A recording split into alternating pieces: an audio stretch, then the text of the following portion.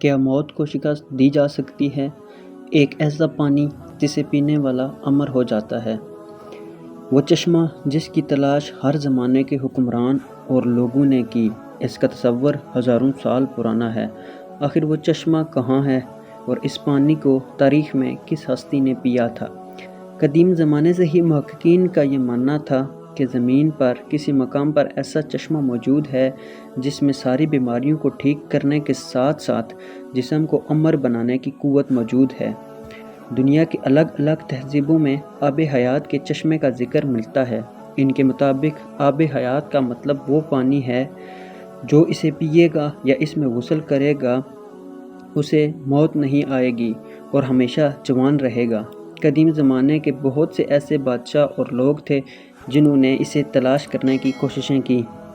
آب حیات کا ذکر اسلامی کتابوں میں موجود ہے مگر قرآن و حدیث میں نہیں ملتا اور اس کے متعلق مختلف روایات نقل کی گئی ہیں۔ آب حیات اور ذوالقرنین کے متعلق امام زین العابدین نے ایک قصہ بیان کیا ہے جس کے مطابق ذوالقرنین جو کہ اللہ کے نیک بندے اور بادشاہ تھے، فرشتوں میں سے ایک فرشتہ ان کا دوست تھا اور وہ آپ سے ملاقات کرتا تھا۔ ایک دفعہ حضرت ذوالقرنین نے اپنے دوست فرشتے سے کہا، میری خواہش ہے کہ مجھے لمبی عمر ملے تاکہ میں اپنے رب کی عبادت میں لگاؤں۔ اس پر ان کے دوست فرشتے نے کہا کہ اللہ نے ایک ایسا چشمہ پیدا کیا ہے جس کا نام آب حیات ہے۔ جس نے بھی اس چشمے کا پانی پیا یا غسل کیا اسے کبھی موت نہیں آئے گی۔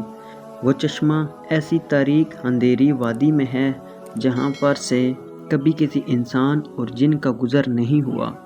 چنانچہ ذوالقرنین نے تمام علماء کو اپنے دربار میں جمع کیا اور آب حیات کے بارے میں دریافت کیا۔ ایک عالم نے بتایا کہ میں نے کہیں پڑھا ہے کہ وہ چشمہ اسی مقام پر ہے جہاں سورج غروب ہوتا ہے۔ حضرت ذوالقرنین نے سامان باندھا اور چشمے کی تلاش میں نکلے۔ آپ کے اس سفر میں آپ کے وزیر آپ کے ہمراہ تھے جن کا نام خضر علیہ السلام تھا اور وہ آپ کے خالہ زاد بھائی تھے۔ مسلسل 12 سال کے سفر کے بعد آخر کار یہ لوگ اس وادی کے کنارے پہنچ گئے اور اپنے لشکر کو لے کر اس وادی میں داخل ہوئے۔ داخل ہوتے ہی وہاں طوفان آ گیا۔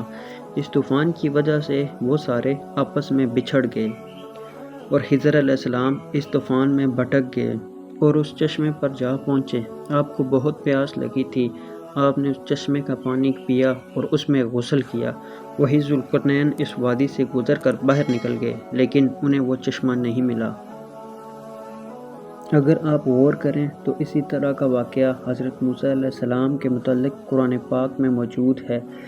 اس میں آب حیات کا ذکر تو نہیں ہے لیکن آپ یہ سمجھ سکتے ہیں کہ یہ اشارہ آب حیات کی طرف ہو سکتا ہے۔ اس کا مفہوم کچھ اس طرح ہے کہ موسیٰ علیہ السلام ایک دفعہ خطبہ دے رہے تھے تو ایک شخص نے پوچھا، لوگوں میں سے سب سے زیادہ علم کس کے پاس ہے؟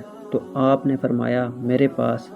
اس پر اللہ پاک کی طرف سے حضرت موسیٰ علیہ السلام پر وحی کی گئی کہ آپ کو میرے بندوں میں سے ایک بندہ 2 دریاؤں کے ملنے کی جگہ پر ملے گا جسے میں نے اپنے علوم میں سے ایک علم عطا کیا ہے جو آپ کے پاس نہیں ہے۔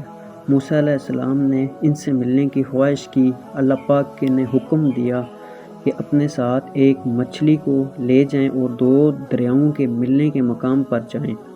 جہاں وہ مچھلی گم ہو جائے وہاں آپ کی ملاقات اس بندے سے ہوگی۔ موسیٰ علیہ السلام نے نمک لگی ہوئی مچھلی اپنے ساتھ لی اور سفر پر نکل گئے۔ جب وہ چٹانی علاقوں میں پہنچے تو مچھلی کو ایک چٹان پر رکھا تو اچانک وہ مچھلی زندہ ہو کر پانی میں گر گئی۔